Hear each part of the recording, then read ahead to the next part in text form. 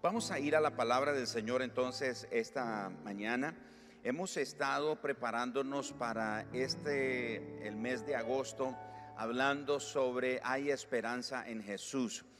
Este es un mensaje que está enfocado para todas personas, pero especialmente para aquellos que todavía no tienen una relación personal con el Señor. Así que, iglesia, nuestra tarea consiste en que debemos acercarnos, invitar a aquellos que todavía no tienen una relación con el Señor para que ellos escuchen la palabra del Señor.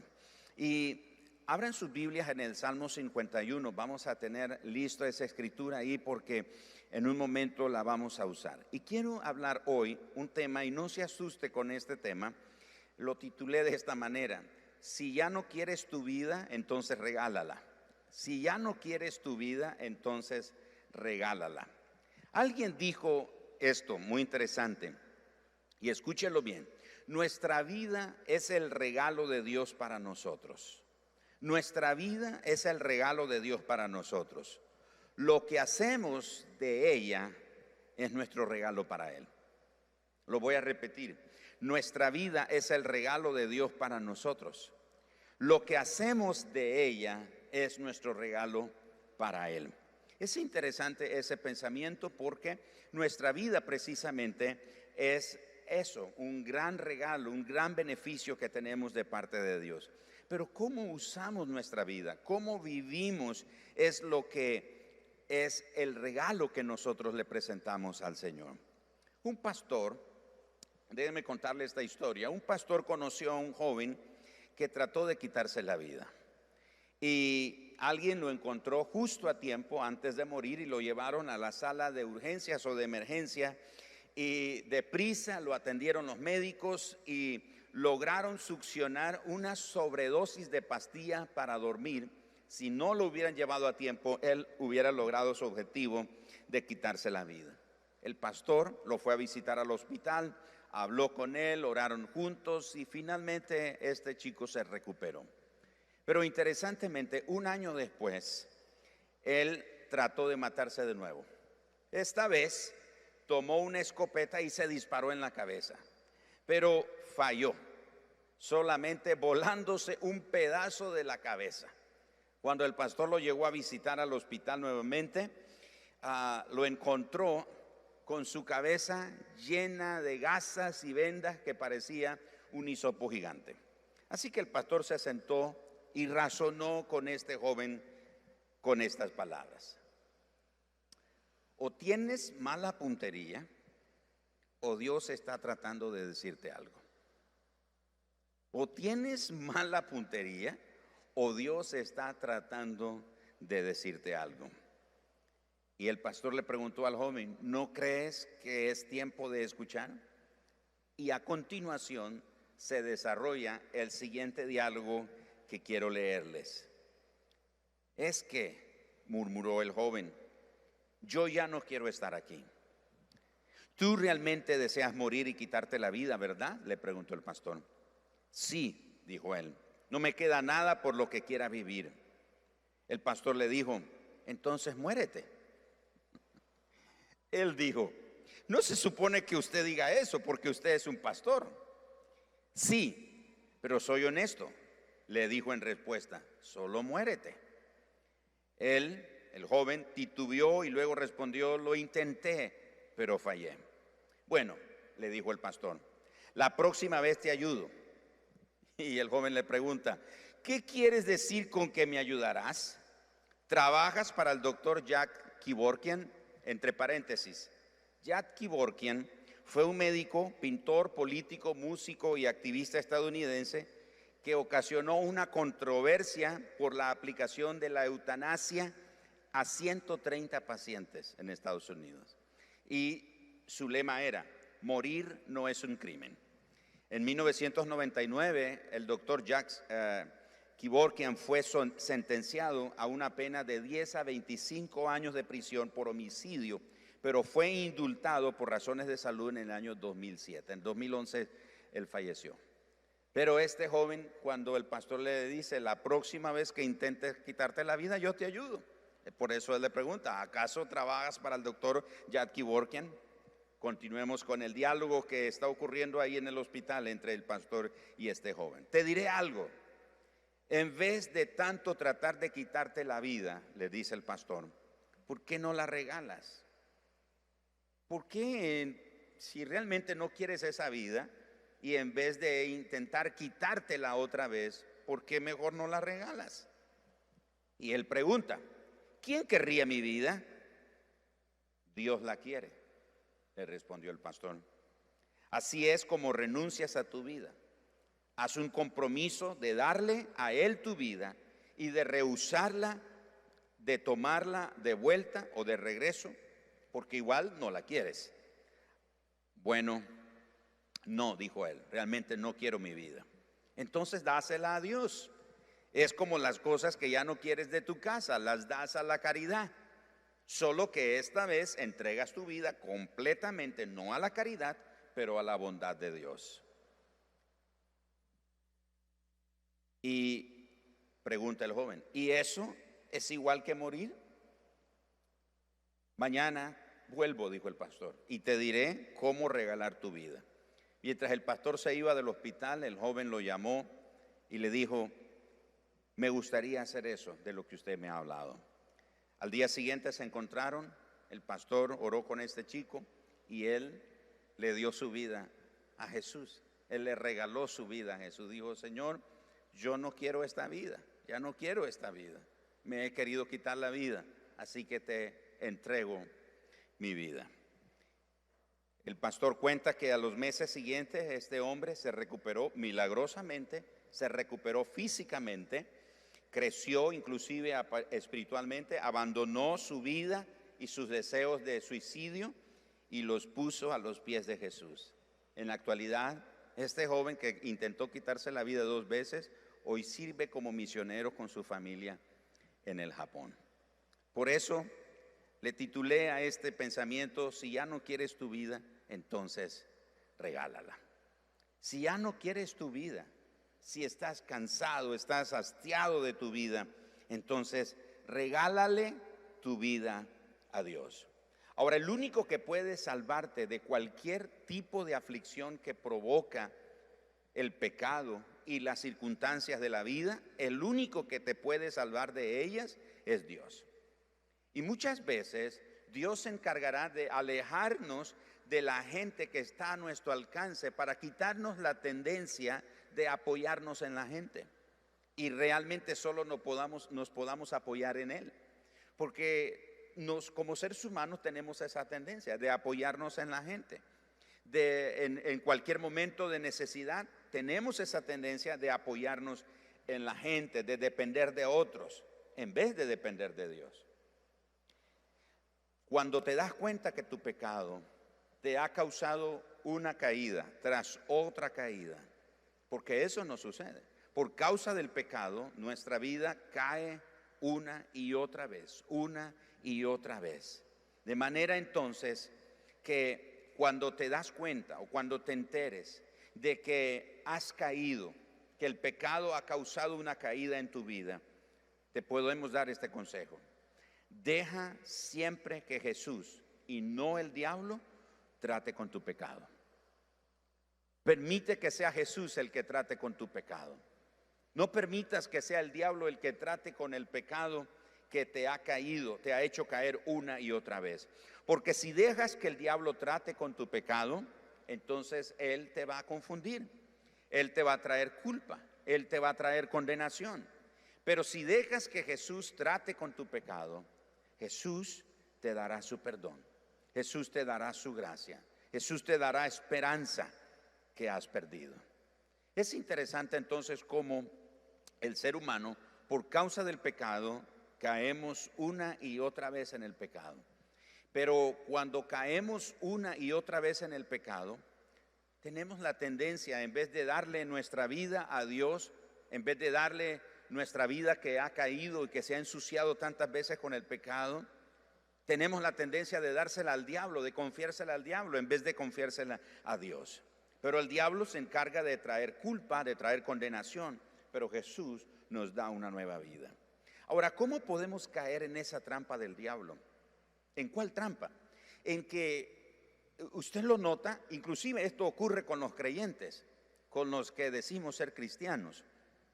Nos enfrentamos un problema y no sé usted, pero yo he conocido a cientos de cristianos que en medio de un problema se apartan del Señor. Hermano, no lo hemos visto, ¿qué le ha pasado? Y la respuesta típica es que he tenido problemas, es que he tenido dificultades. Entonces resulta un poco ilógico pensar que si tienes problemas, si tienes necesidades, si estás enfrentando una prueba, una dificultad, lo lógico es que te acerques a Dios, ¿no es cierto? Porque Dios es el que nos puede ayudar, solo Él nos puede salvar. Pero la tendencia del ser humano es que nos apartamos de Dios. Y la persona que no tiene una relación personal con Dios, le ocurre igual a ellos también. En medio de su condición de pecado, en medio de su condición de estar separados del amor de Dios y de una relación personal con Dios, cuando el pecado viene sobre ellos y los hace caer una y otra y otra y otra y muchas veces más, las personas en vez de acercarse a Dios lo que hacen es alejarse de Dios, se alejan de Dios. Pero esa es una trampa del diablo. ¿Cómo usa el diablo nuestras caídas como municiones? ¿En qué forma usa el diablo esas caídas del ser humano como municiones para dispararnos o darnos el tiro de gracia en la cabeza, como se dice por ahí? Bueno, hay tres cosas que el enemigo usa para eso. Lo primero es dejando pecados sin resolver. Cuando dejamos pecados en nuestra vida sin resolver, el enemigo va a usar eso como una munición que va a disparar contra nosotros. Porque realmente para el ser humano no es solo el pecado lo que lo destruye. Lo que realmente destruye al ser humano son los pecados sin resolver. No es en sí el pecado, y no es que estamos quitándole poder al pecado, porque el pecado sí tiene poder y poder destructivo. Pero no es en sí el pecado lo que hace que la persona la destruya. Es el pecado sin resolver. Es tratar de ocultar el pecado, es tratar de esconder el pecado, es tratar de disimular el pecado.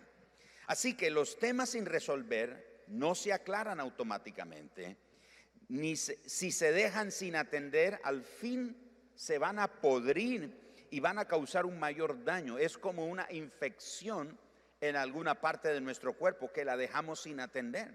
Se descompone, cae en un estado de pudrición, y eso nos afecta, nos daña mayormente. Así que muchas veces las personas tenemos esta tendencia.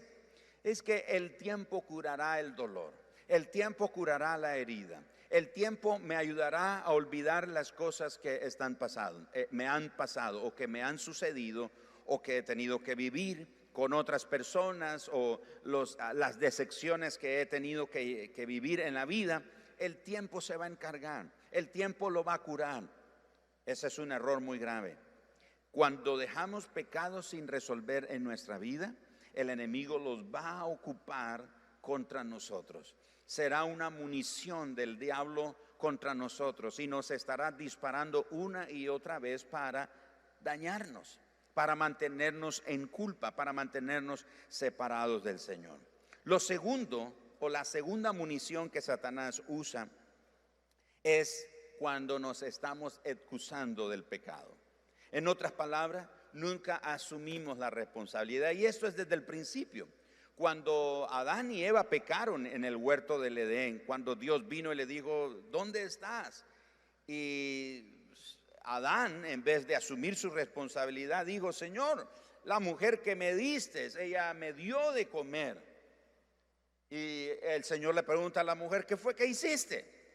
Y la mujer sigue el ejemplo de su marido, y la mujer dice, la serpiente fue la que me engañó. Nunca asumimos la responsabilidad. Así que una de las tácticas favoritas del diablo es hacernos justificar nuestro pecado, lo que puede apaciguar nuestra mente en el presente, pero que las consecuencias son muy lamentables posteriormente. Siempre el ser humano está tratando de excusarse de su pecado. No, es que lo que pasa que fue otra persona, lo que pasa es que no fui yo, lo que pasa es que yo no era mi intención hacer eso, y ahí estamos tratando de excusar nuestra responsabilidad. En el libro de Números, en el capítulo 32 y en el verso 23, hay una oración que sobresale y dice: sabed que vuestro pecado os alcanzará. Sabed que vuestro pecado os alcanzará.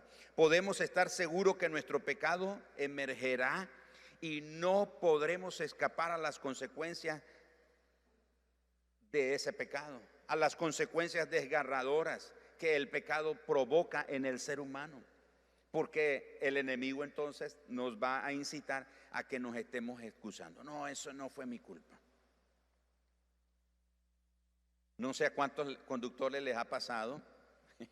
A mí me pasó una vez y era una excusa al final de cuentas, pero se pasó la luz amarilla.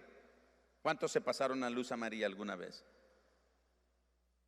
Y ahí está el policía, y me detiene el policía. Y ya la pregunta, ya sabe por qué lo detengo, ¿verdad? Y bueno, ahí el diálogo entre conductor y policía. No, es que mira, y el policía dice: usted se tiró la luz amarilla. Dice: no, pero es que mire, pero el que va adelante también se tiró la luz amarilla.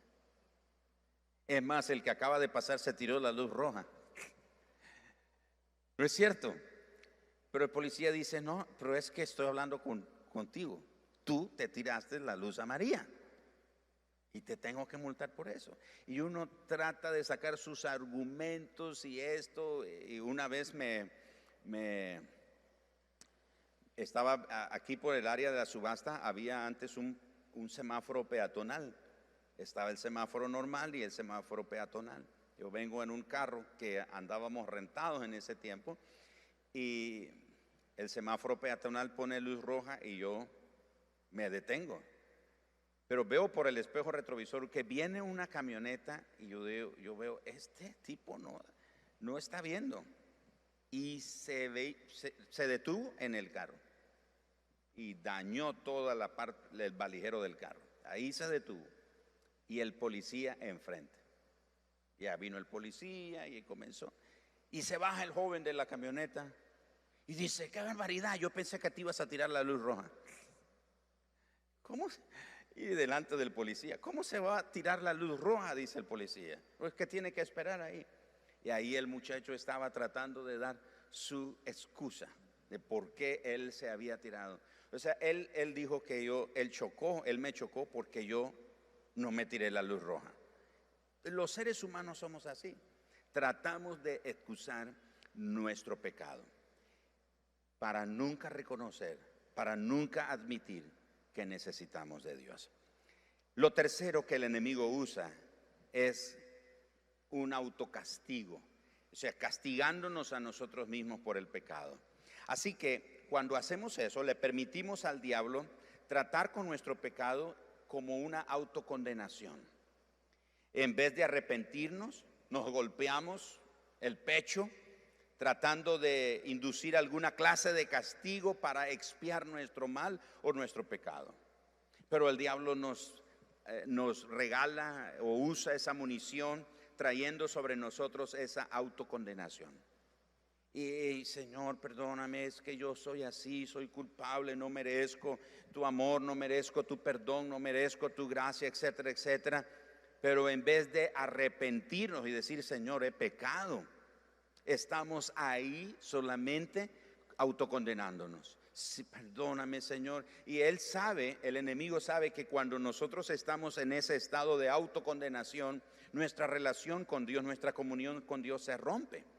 Así que él quiere evitar que nos arrepintamos, porque aparte del amor de Dios, aparte del sacrificio de Jesucristo, uno de los antídotos para deshacer el poder del pecado sobre la vida del ser humano es el arrepentimiento.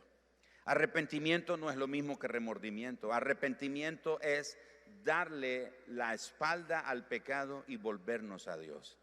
He oído decir gente que, bueno, el arrepentimiento es un giro de 360 grados. Un giro de 360 grados es regresar al mismo lugar donde estamos. El arrepentimiento es detenernos, darnos la vuelta y regresar hacia Dios. Así que el arrepentimiento es lo único que puede romper el poder del pecado sobre nuestra vida. Muchas veces nos conformamos con una vida debajo de los escombros que el pecado ha producido. Y el enemigo solo trata de que nosotros mostremos nuestro dolor a otros, tratando de mostrar nuestro dolor, pero sin arrepentimiento. Y eso no funciona. Solamente Jesús puede purgar los pecados del ser humano. Y yo no quiero contradecir a nadie, ni entrar en una polémica, ni cosa por el estilo, pero no hay tal lugar que purgue los pecados. La persona, una vez que muere y muere sin Cristo, ya no puede purgar sus pecados.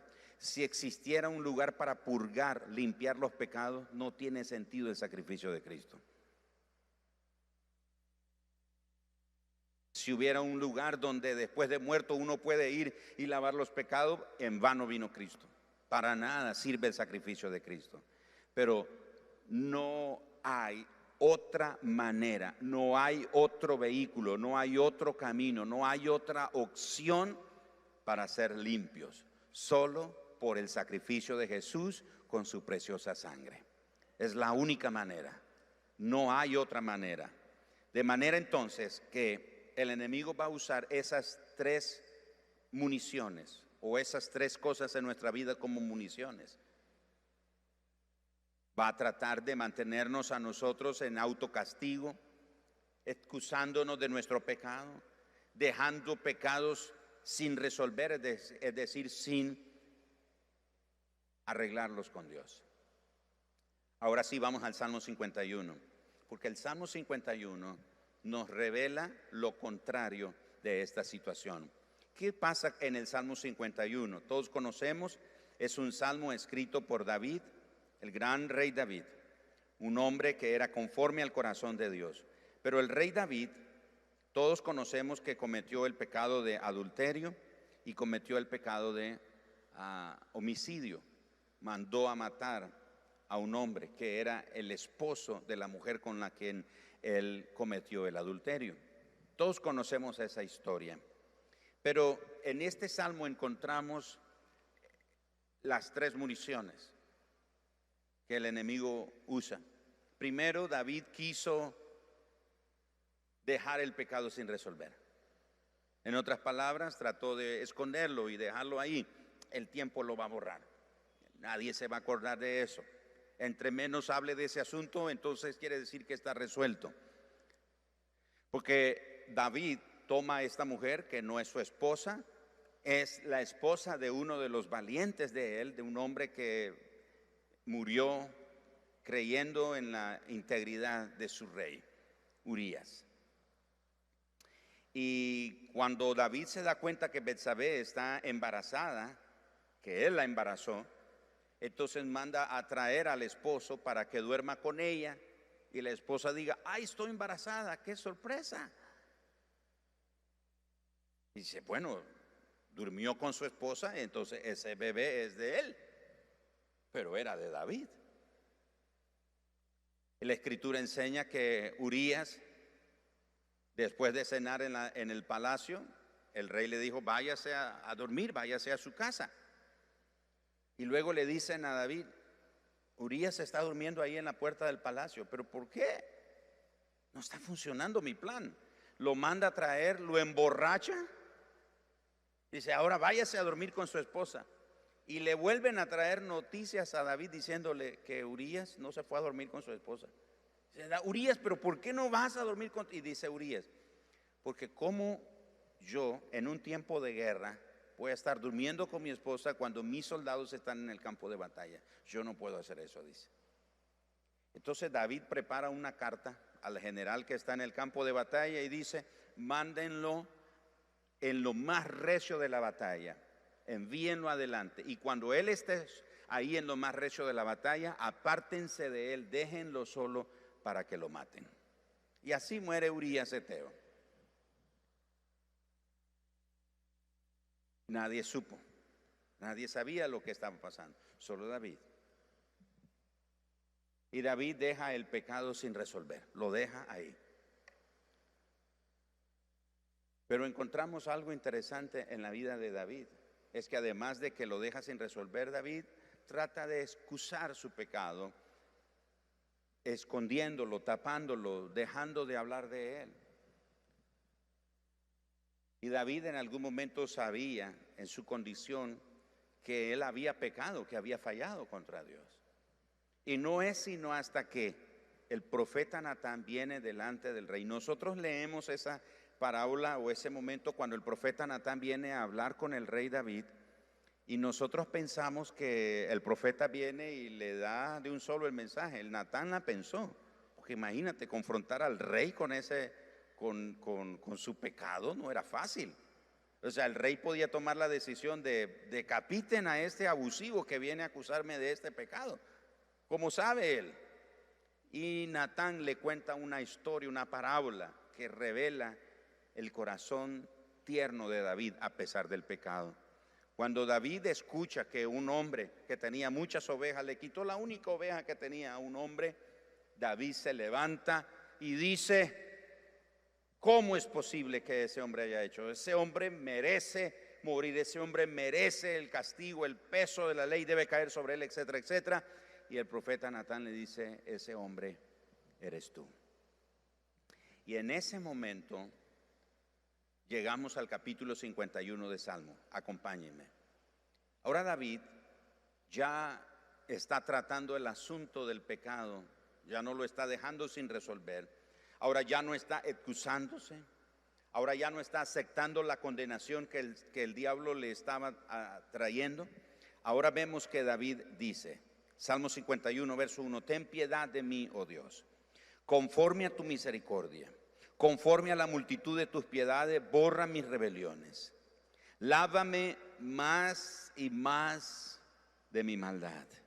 Escúchelo. Y límpiame de mi pecado, porque yo reconozco mis rebeliones y mi pecado está siempre delante de mí. Contra ti solo he pecado y he hecho lo malo delante de tus ojos, para que seas reconocido justo en tu palabra y tenido por puro en tu juicio. He aquí en maldad he sido formado y en pecado me concibió mi madre. He aquí, tú amas la verdad en lo íntimo y en lo secreto me has hecho comprender sabiduría. Purifícame con hisopo y seré limpio. Lávame y seré más blanco que la nieve.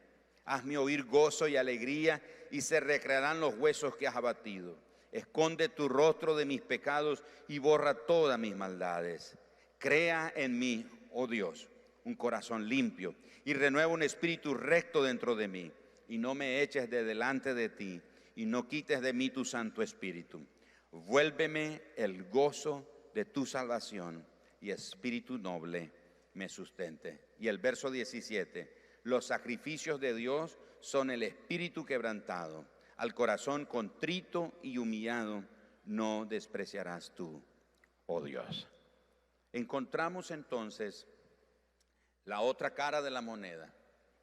En algún momento David dejó el pecado sin resolver. En algún momento David, cuando su conciencia le hablaba, David se excusaba del pecado. Y en algún momento David sentía cómo el diablo, su enemigo, le acusaba, le condenaba y él se sentía culpable. Pero no había dado el paso. Hasta que en este momento David fue confrontado por este profeta y ahora David reconoce. Ya no está dejando el pecado sin resolver, ya no se está excusando y dice: Señor, mi pecado está delante de ti, yo no lo puedo ocultar, tú lo sabes. David reconoce que contra el Señor se había rebelado. David admite ahora su pecado como una señal de arrepentimiento. Finalmente, David reconoce que el mejor sacrificio que él puede hacer es una vida rendida, es una vida y un corazón quebrantado delante del Señor. Así que David nos muestra aquí lo contrario de tratar de dejar el pecado sin resolver. Alguien aquí en este auditorio, alguien viéndonos esta mañana en la transmisión, ha estado dejando un pecado sin resolver en su vida. Y no estoy hablando de un pecado, ¿cómo le digo? Un pecado, algo que usted dice, bueno, fue algo malo, un error que cometí ahí. No, estoy hablando de nuestra naturaleza caída que nos hace pecar y rebelarnos contra Dios. Alguien ha estado llevando su vida ahí, tratando este asunto del pecado en su vida sin resolverlo. Ya está ahí dejando que el tiempo pase, ahí va a pasar el tiempo y Dios me ama, Dios es amor, etcétera, etcétera, y todo va a estar bien. O alguien más ha estado aquí, está aquí presente o en la transmisión diciendo, bueno, es que no es mi culpa, es culpa de mi esposa, es culpa de mi esposo, de mi papá, de mi hijo, de mi hermano, de mi familiar, de mi vecino, de mi jefe, de aquella otra persona. Y siempre estamos tratando de poner nuestra responsabilidad en los hombros de otra persona. Tenemos que ser como David, que reconoce, Señor, este es mi pecado, me rebelé contra ti. Y David dice, en maldad fui concebido. En otras palabras, David reconoce que nuestra naturaleza es inclinada hacia el mal. Nuestra naturaleza siempre tiene esa tendencia hacia el mal. Pero David también reconoce que el corazón que Dios nunca rechaza es aquel corazón que reconoce por el arrepentimiento que necesita una nueva oportunidad. Si usted está aquí hoy en presencia o a través de la transmisión y está listo para un nuevo comienzo, o si está cansado de su vida vieja, no le dé al diablo el derecho de controlar el pecado de su vida, porque Satanás va a estarte apuntando a la cabeza con un arma cargada y la va a disparar en el momento que menos lo espera.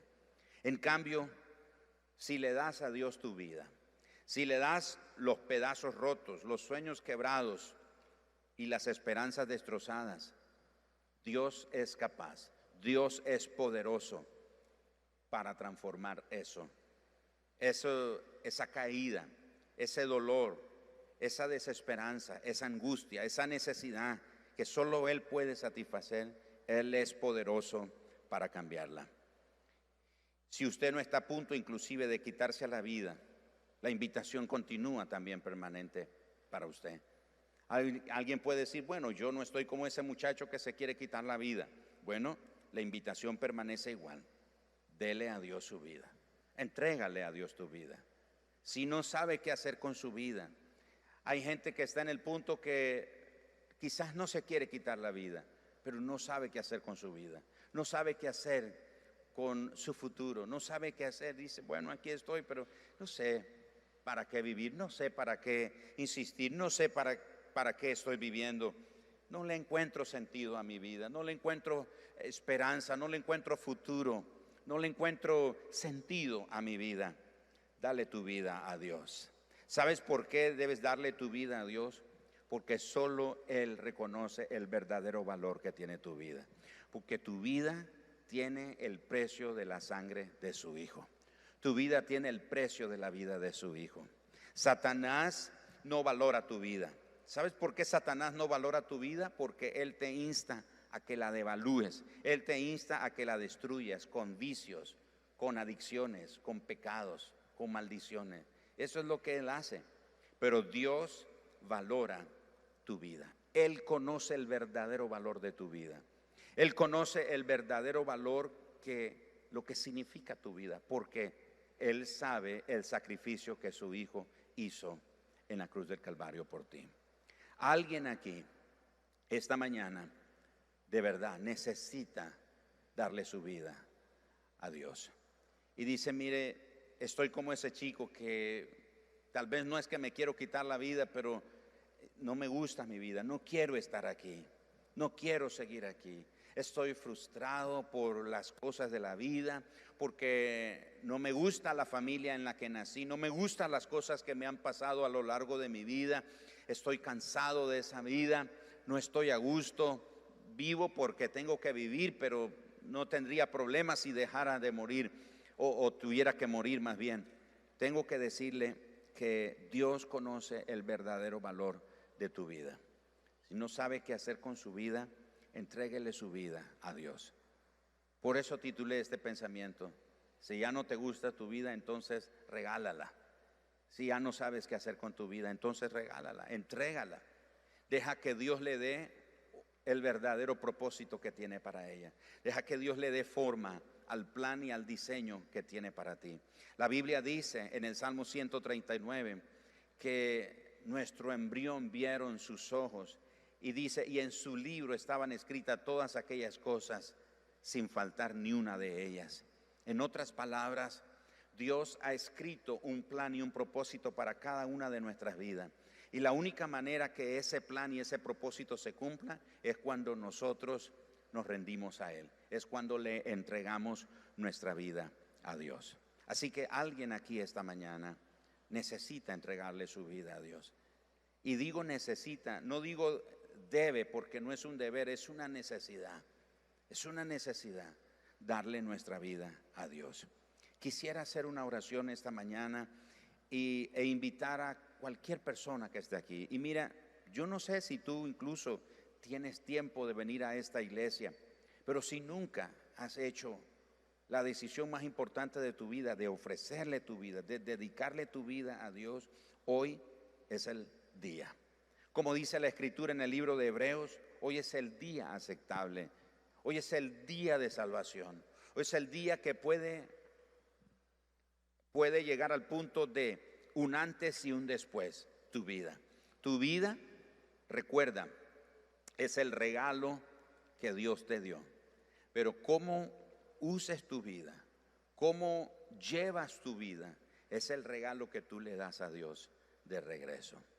Vamos a inclinar nuestro rostro. Amante Padre, esta mañana yo te doy gracias. Me he parado aquí esta mañana con la convicción, Señor, de que tú has preparado corazones en este auditorio y ahí en la transmisión de personas, Señor, que necesitaba escuchar este pensamiento, que siente que su vida ya no tiene ese sentido o que nunca ha tenido ese sentido y que su vida necesita valor, porque no ha conocido el valor que su vida tiene. Y errada o equivocadamente le ha dado derecho al diablo, al enemigo de nuestra alma, para que él maneje el pecado. Y el enemigo ha usado el pecado como una munición para dejar sin resolver los pecados de nuestra vida. Ha usado el pecado y nuestras caídas como una excusa para nunca asumir nuestra responsabilidad y decir como David: he pecado, Señor, reconozco mi pecado. Pero también Él ha usado nuestras caídas, Él ha usado nuestra frustración y las aflicciones de la vida. El pecado lo ha usado para que sintamos condenación y culpa en nuestra vida. Y pensamos que el amor de Dios no nos puede alcanzar.